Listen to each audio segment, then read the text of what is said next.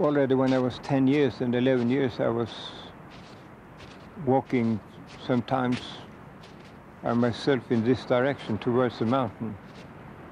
Already then, I looked upon this mountain as a kind of benevolent, great father. So I somehow interpreted it as equanimity, that far inside here it's completely not harmony is too strong word, but at least you are in balance. There's a balance inside here, and this big mountain, this great mountain, I mean, seems to be such an entity. So it was alive for me. And therefore I decided the best thing would be to live either on top of the mountain or on further down on the mountain itself.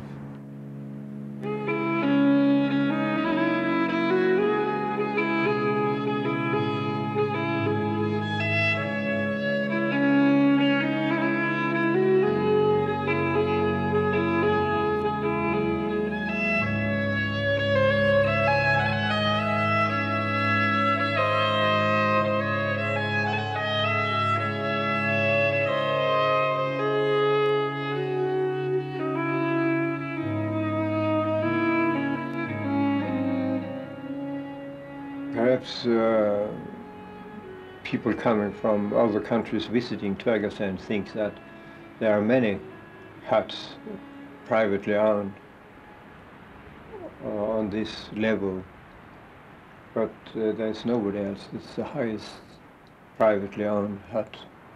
What you have higher is meteorological stations, etc. But the highest hut in the Nordic countries of Europe. Nothing like it, and there are good reason for it because of the climate. I mean, why should you have an Arctic climate? I mean, but it is Hallingskarvet that I'm for. It's not the Arctic climate. It's Hallingskarvet.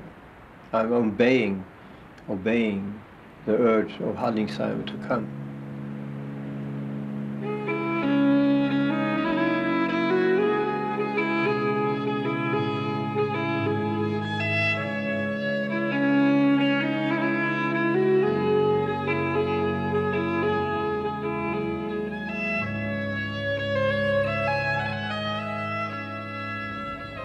The impression he made was of someone vastly more alive than the average person, far more joyful, and in fact very similar to the Tibetan people that I had lived with in the Himalayas. There was a similarity, and I think it has to do with that deep connection to the natural world. And so when you meet Arne in person, there's a kind of playfulness that you also see, that I see in a lot of Zen teachers, playfulness, and his playing with language, his playing with words, and his ability to engage in a kind of dance with deep ecology. Dance? Yes, I would say very much a dance that he has with deep ecology, with playing with the trees, with the flowers, and with the ideas. So there's a kind of serious lightness, which sounds paradoxical, but it's a serious lightness to his whole presentation, his whole being, the way he presents his being. And what has always impressed me very deeply about Arne is the combination of innocence with extreme brilliance of the mind. Usually you get intelligent people becoming partly arrogant, partly self-centered, but they just lose the spirit of freedom in themselves as a person. And Arne has always maintained it. Yeah? He is so childlike in his enjoyment of every moment of life.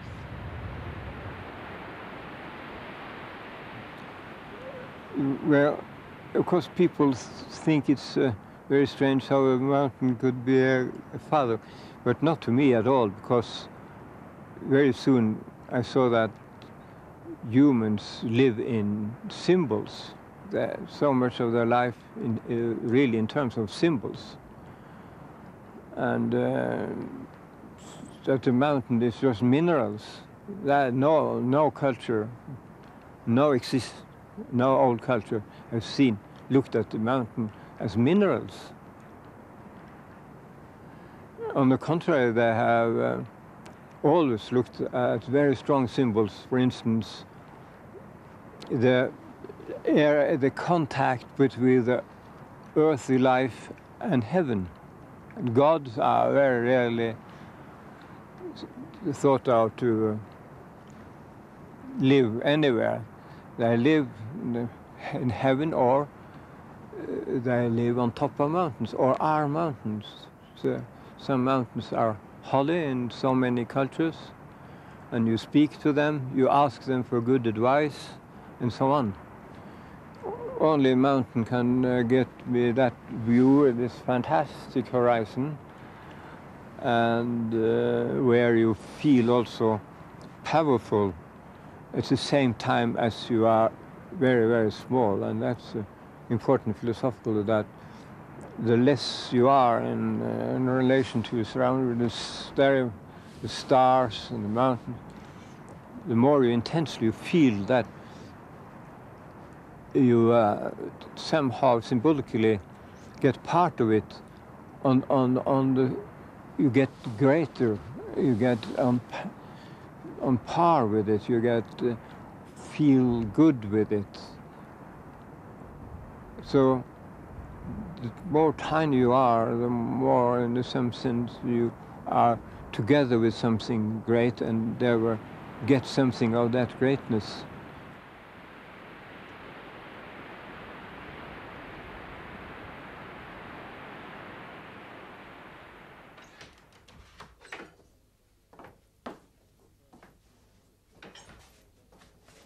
The term deep ecology, or better, to be a supporter of a deep ecology movement, that's a long term, but it's more basic.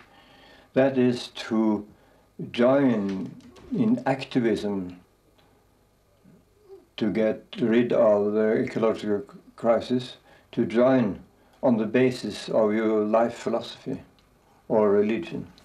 That's to say, your motivation comes from your total view or your philosophical or religious opinions, so that you feel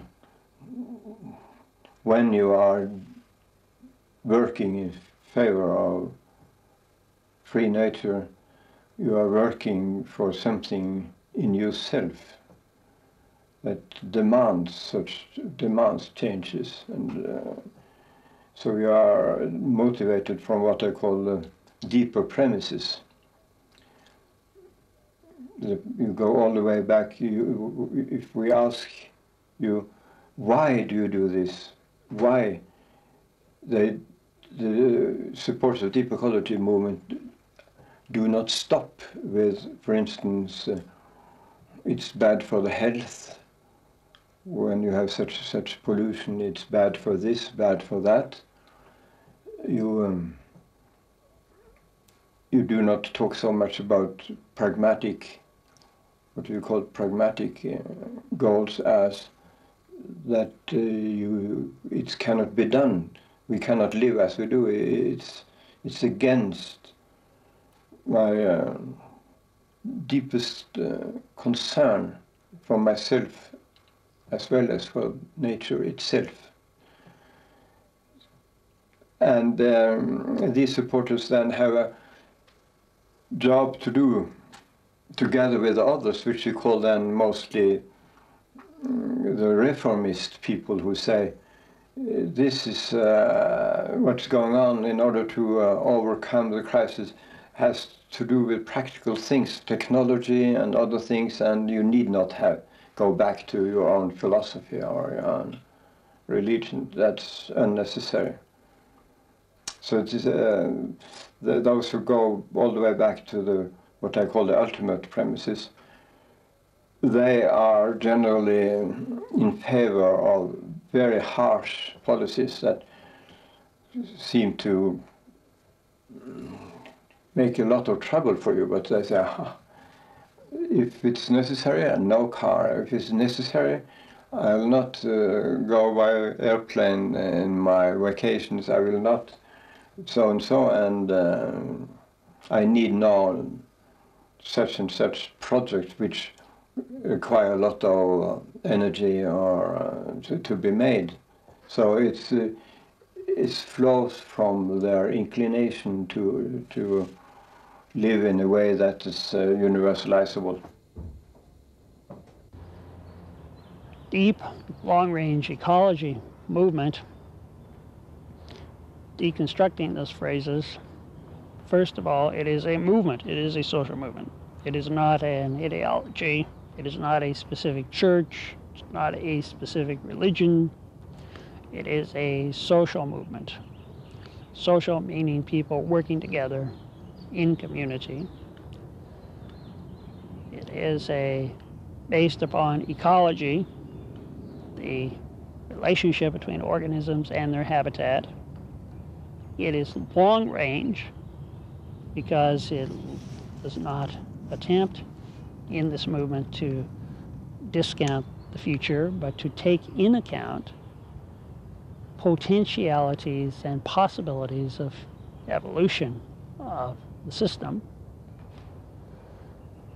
And it is deep in that it encourages participants to ask questions of why. Most importantly, why am I here? What is meaning? So the movement, deep long-range ecology movement, is, if we're basically a search for meaning in a world of fact.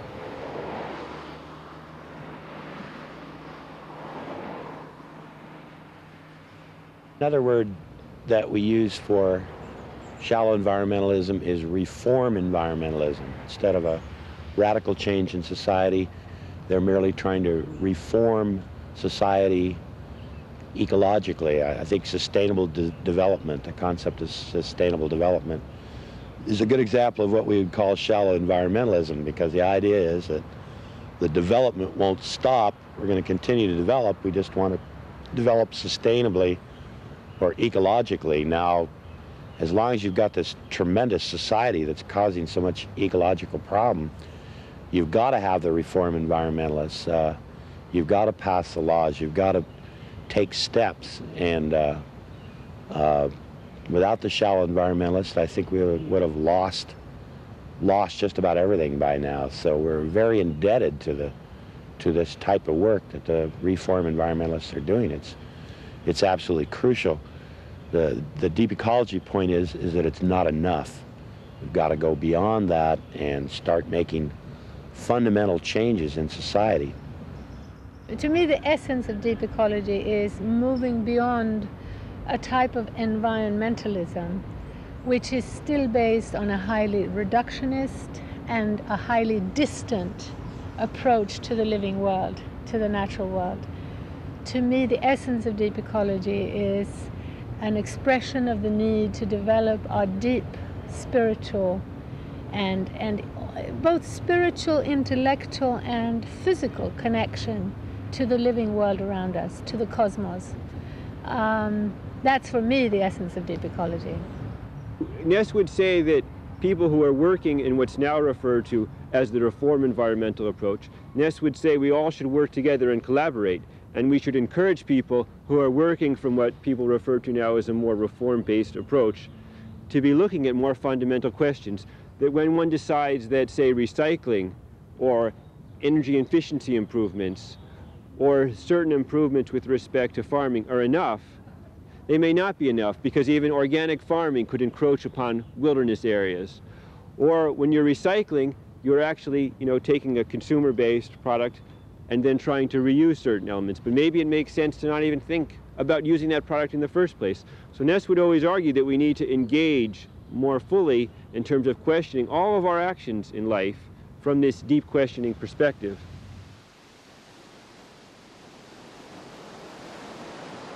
the relation between ecology and philosophy has to do also with this concept of spontaneous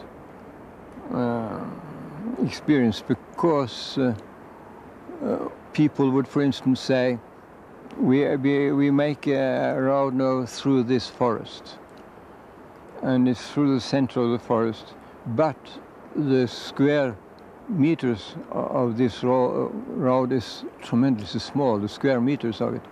But then I would say it goes through the heart of this forest. And they say the heart of the forest, that's nonsense. We have a road here, and it's so small part of the forest that it makes no difference. So the spontaneous experience, when you get into the forest deeper and deeper, you have this feeling of being deep in the forest. And if you then hit the road, this completely disappear. And then people say, well, that's your imagination. You see the heart, there's no heart here. But if you start this way and saying there's no heart, it's just at certain distances, you get into a worldview which resembles that of Immanuel Kant, the great philosopher, where you end up saying the nature is without colors, even without shapes, and even without cause and effect, because relation of cause and effect is something created by humans. So there's nothing there. In short, there is nothing in nature in itself. You have no access to nature in itself. You see, you end up in complete nonsense. And that's what many people do who are in philosophy.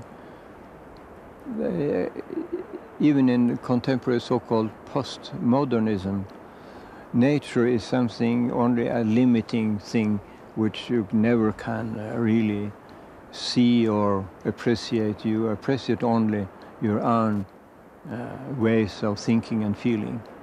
And you are completely determined by your culture and so on. So this protection of nature is a sham in a sense that there is something there, but you don't have any access to it. So it's undermining, for some people, the belief in protection of nature as a vast undertaking for the next century. One of the main messages that the ecological perspective brought to us in the 1960s was that we have to, we see the landscape, the animals, humans, everything as interrelatedness, as interrelated. There's been a tendency in Western culture to see things as isolated entities. You know, this person, this rock, they're all separate.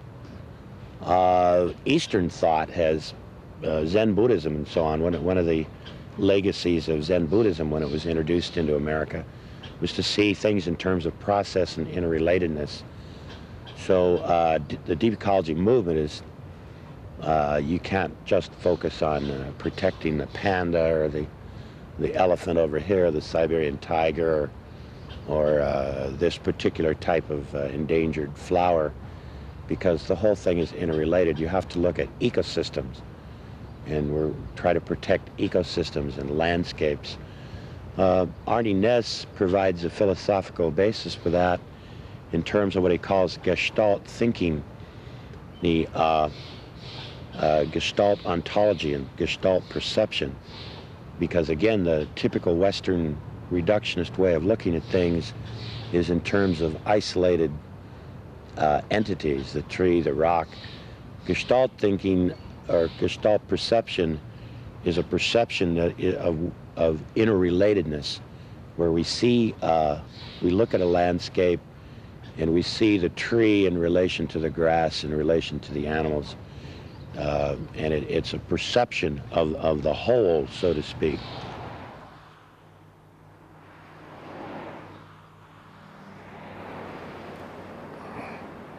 There's a mountain in southern Norway which has been used as an object for artists to paint. And it's quite clear that many artists or non-artists find that the shape is that of a troll, a big fellow. Trees are the hair, and Gestalt thinking is such that this spontaneous perception of a troll is completely on pair, is completely as adequate description of reality as somebody saying it's a heap of stones. And the Gestalt, of course, is then not only the shape of a troll, but also the being as a troll. You get then all the mythology about trolls into what you see. What you see is tremendously complex, culturally complex thing. When I talk about so much about Gestalt, it's because I have this opinion that science, and I think especially about natural science, only assert something about the abstract relations in reality, not about the content of reality. The content of reality you get directly through a spontaneous experience. Well, children are more spontaneous in the sense that reflection and conventional views of things do not yet play such an enormous role. So if we could be able to see a little more like children, we would gain very much, but that's a very difficult redevelopment to get into this state of children's inner life.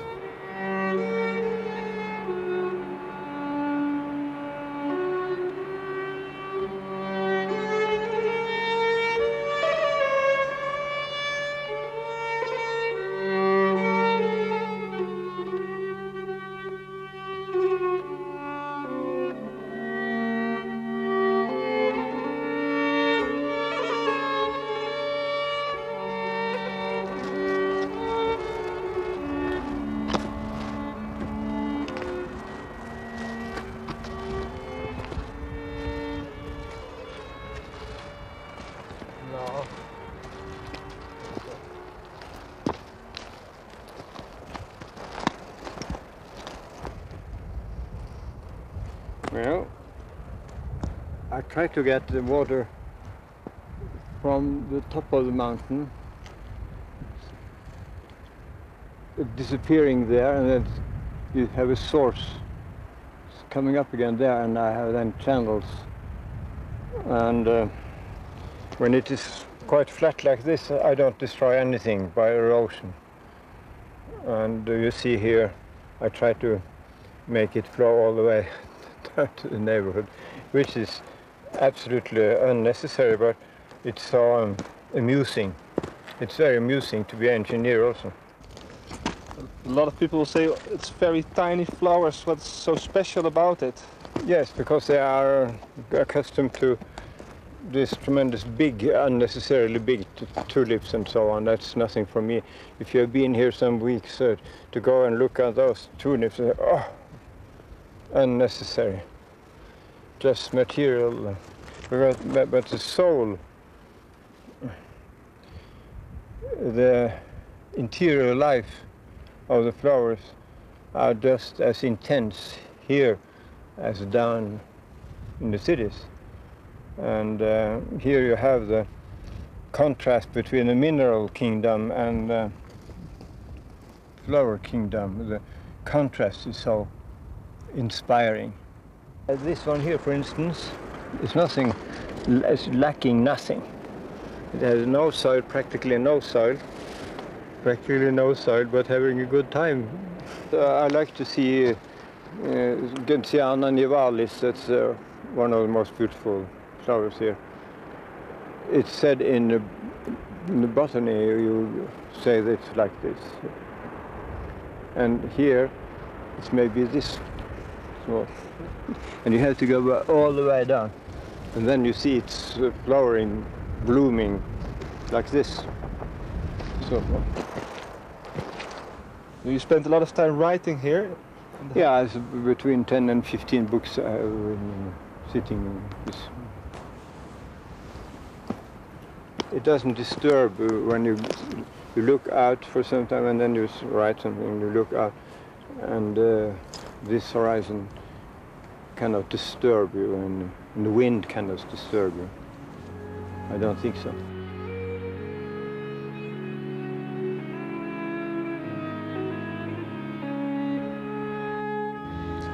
Now, Naess, in following the Buddhist tradition and Gandhi, talks in terms of spiritual development or psychological development of the individual. So Naess went back through Kant's works and found that Kant talked about what he called a beautiful act and what he called a moral act. Of course, Kant himself was primarily an ethical theorist, so that an act was moral for Kant if it accorded with your duty. These are ethical terms, duties and obligations and so on. So you had a duty and obligation to do something, and normally these would go against your inclination, what it is you wanted to do. So that a moral act was an act which was in accordance with your moral or ethical duty, and it ran against what you wanted to do, against your inclinations. Now, what Naess has tried to do is to shift the whole ground away from ethics as we normally understand it in the Western ethical tradition or Western philosophical tradition, and move more over to what's called ontology, or the nature of reality, so that becomes the ground. Now, through spiritual development or psychological development, as we move away from the ego and we start to identify with other humans, and then we identify with animals and plants in the ecosystems, when we actually identify with them, this becomes part of our being. We see ourselves in these other creatures, or in humans and so on. Then this shifts it over to ontology. Now, a beautiful act for Kant is an act where we act with our inclinations. So it's what we want to do. So we want to protect the animals. We're not acting against our inclinations. And so Naess then says, okay, what we want to promote are beautiful acts as opposed to moral acts. So if our personality, our psychology is changed, then we'll want to do these things. So they won't be a moral act, they'll be a beautiful act. They'll be coming out of our inclination, what it is that we want to do.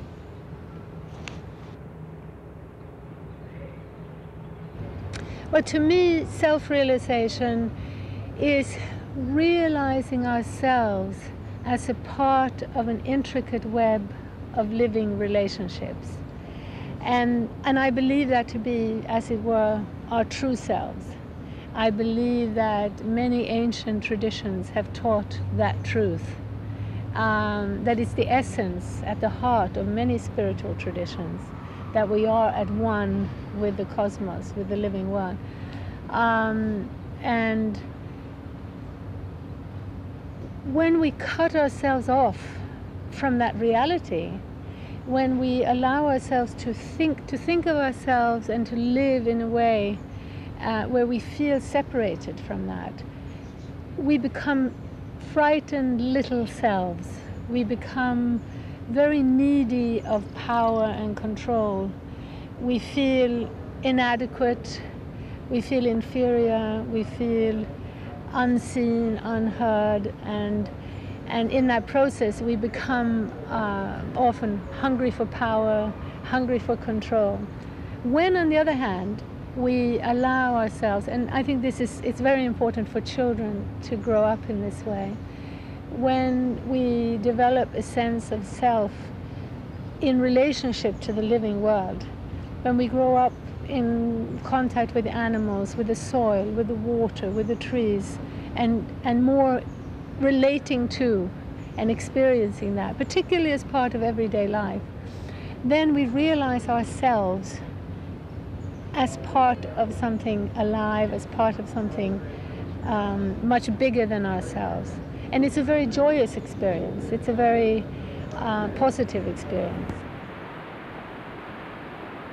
The Sami people, they astonished me. One young man there, Sami young man, who was caught by the police standing where they should make a road. It was part of a direct action in favor of the river that should not be used for hydroelectric and dams. And the police, why do you stay here? You're not supposed to stay here. Why do you stay here? Well, this here is part of myself. It was an area of the river where his reindeer were crossing and where he had been since boyhood. And to stay there and to be there, so close connection with his self that he could say, it's part of myself. And that's typical of deep ecology movement that you feel yourself is hurt when they hurt the place with which you identify. You identify with the place to such extent that cutting up and destroying them, it's like cutting yourself. And it is cutting yourself because yourself is much more than your ego. The self has to do with that with which you identify.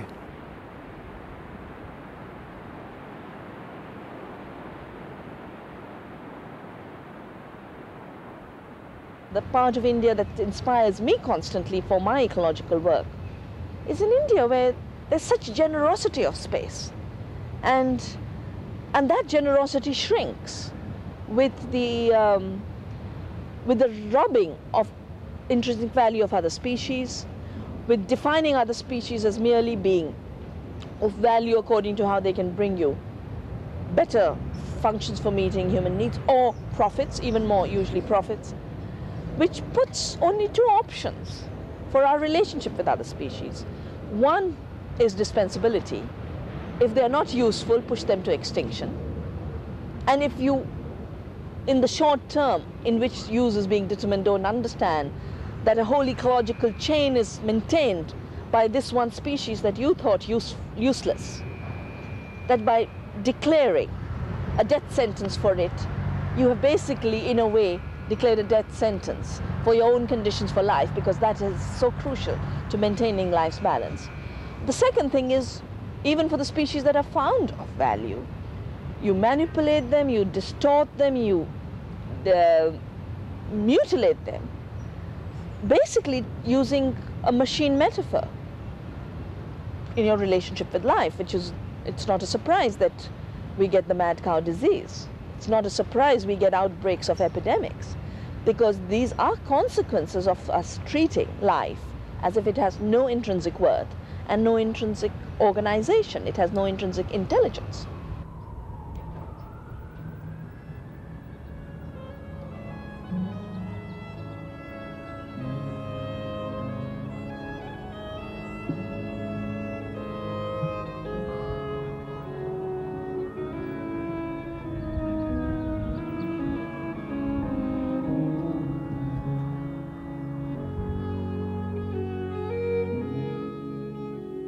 I think the problem with humanism is its arrogance and its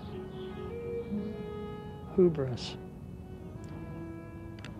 To say that humans are superior to nature or separate from nature is to deny or defy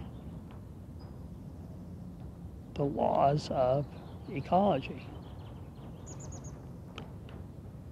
Humans have crossed from the first world of nature into the second world of culture.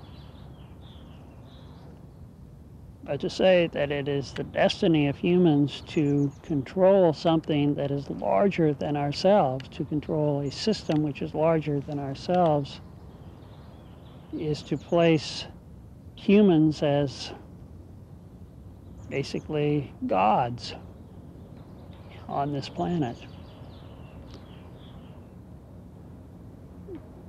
the deep long-range ecology movement sees humans as having very unique qualities, very special qualities. There's nothing in the deep long-range ecology movement that is anti-human, that denigrates humans either as individuals or as communities or as a species. The critique of modernism and of humanism in the deep long-range ecology movement is that humanism has confused bigness with greatness.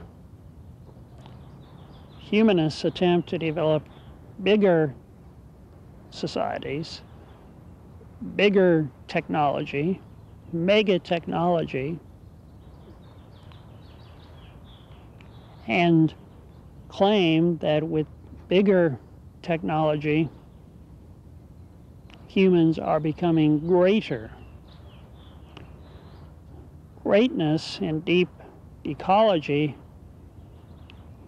is cultivated through understanding of humility, that humans are plain citizens, in the words of the ecologist Aldo Leopold, plain citizens of natural systems, not lords and masters.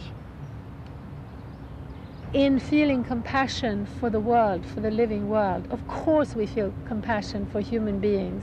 In fact, I would say if I have to choose, if sacrificing an insect or a snake to help a human life survive, I would do that. But I, therefore, am not saying that the snake in a fundamental way is less important than the human being. But I think it's quite natural that we feel a greater affinity to human beings. And I think it's very important that we spell out a very clear analysis which makes it clear to people that we are as concerned about human well-being as we are about the well-being of the earth. And they're one and the same. They're inseparable.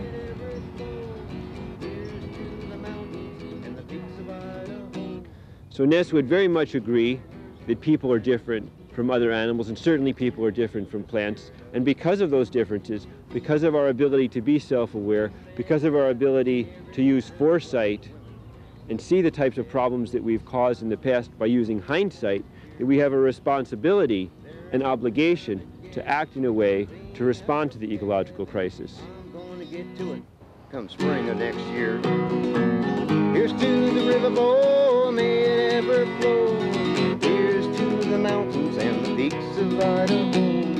Here's to the miners and the finers of gold. Here's to the spirit of the air. Well, the bear and the snakes are at home in Hell's Canyon. There is no room for this tired old man. For a service wants to tear down my cabin. I'm gonna fight him just as long as I can. Here's to the river, boy, may it ever be. Here's to the freedom for the likes of you and me. Time to believing now, time I should be part of the spirit of the day. Arne's work has been deeply inspired by Gandhi, both in his philosophy as well as in his action. As far as the action is concerned, of course, very clearly, it's Gandhi's concept of satyagraha, of non-violent, non-cooperation and direct action that has made made Arne such a pioneer. I remember one of my the first time I heard about Arne was in relationship to this dam that was being built up in northern Norway, where he had trained himself or sat at the bottom of the dam site or done direct action to block the dam. Action very, very directly inspired by Gandhi. Hydroelectric power stations are all over Norway, and they build big dams. But in Arctic Norway, far north, there was a plan to make a big dam that also would injure the Sami people. So there was a direct action. We stopped the building a road, which was necessary to start. It was summertime, and we didn't reach our goal, and then it was winter time. It's very cold, and that made an impression because we were more than 1,000 people, and it was a very harsh time. But the government sent a big steamer with 600 police to stop us. And according to the deep ecology attitude, you have to be very polite and very nice to people who oppose you. So according to the Gandhian principles, and the Gandhian principles are adopted by deep ecology direct actions, when they come like this to our camp, you see, very angry. They said, please sit down, have some coffee. And I couldn't resist that temptation, and sat down, have a coffee, and they didn't turn around to our position, but they were not opposing us in a violent way or anything like that, you see. The slogan seemed to be very well chosen. It was, let the river live. La elven leve. Norwegian, la elven leve. Let the river live. Marvelous. I don't know who made that slogan, but like fire, that was the thing. Let the river live. We need not electricity. We can have electricity from other places here in Alta.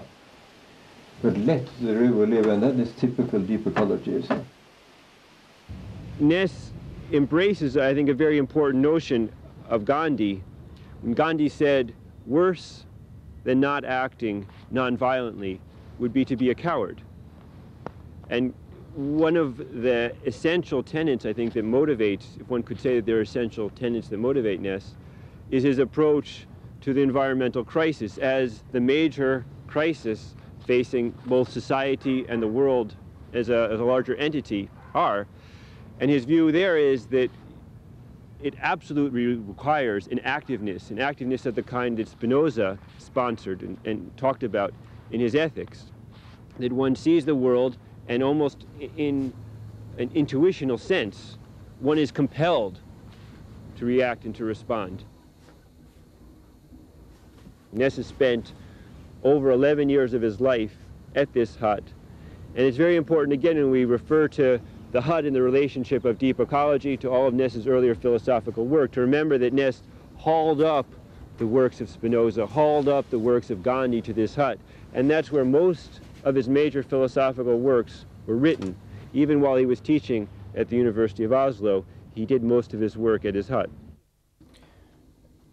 This small room is the only room that is so well isolated that in the winter we can have a fairly high temperature, and it's therefore very good to work here. So this is really a room where we live like as if we were in the winter time in Greenland or someplace. Here we really, this is the core of Tvergastein. Here sitting with this contraption here, I have been writing most of my books since 1938. I don't know how many, but many of them, and too many. According to Spinoza, it would be too many, I think.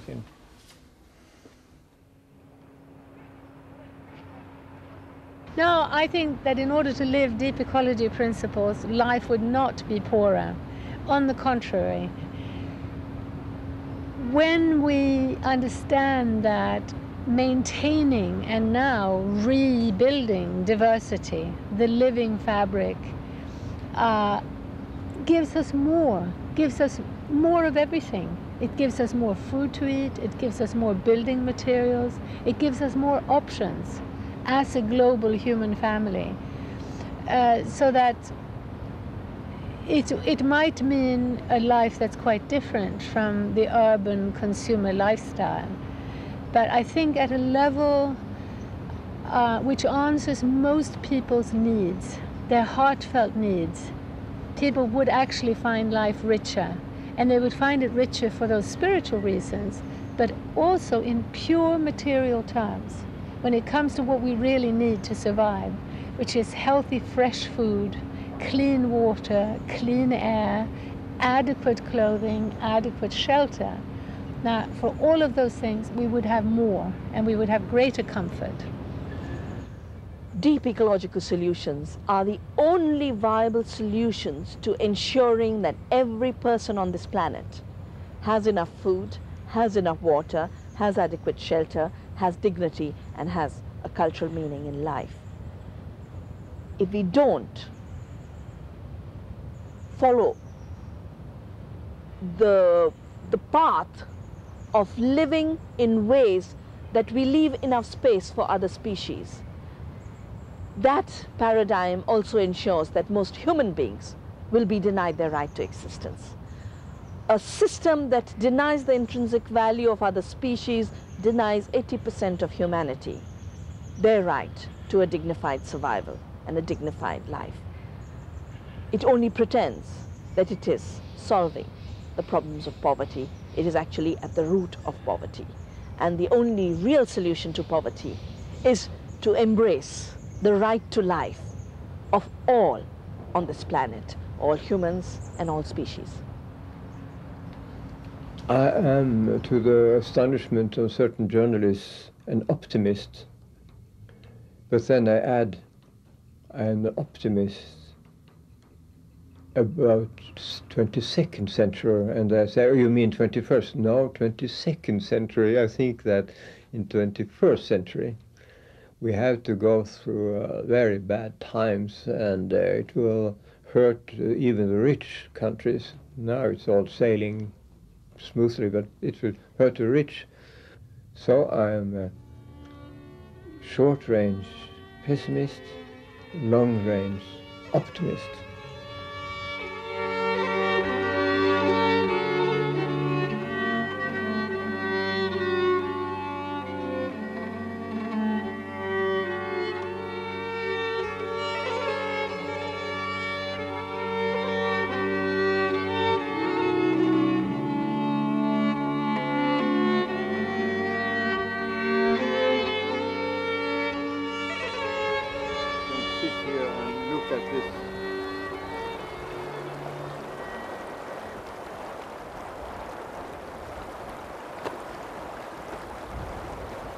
The longer time you use, the more it says. I mean, it's communicating more and more the longer. You have all sorts of ways, tiny, tiny ones, and then little bigger, and movement this direction, that direction, and with flowing infinite complexity.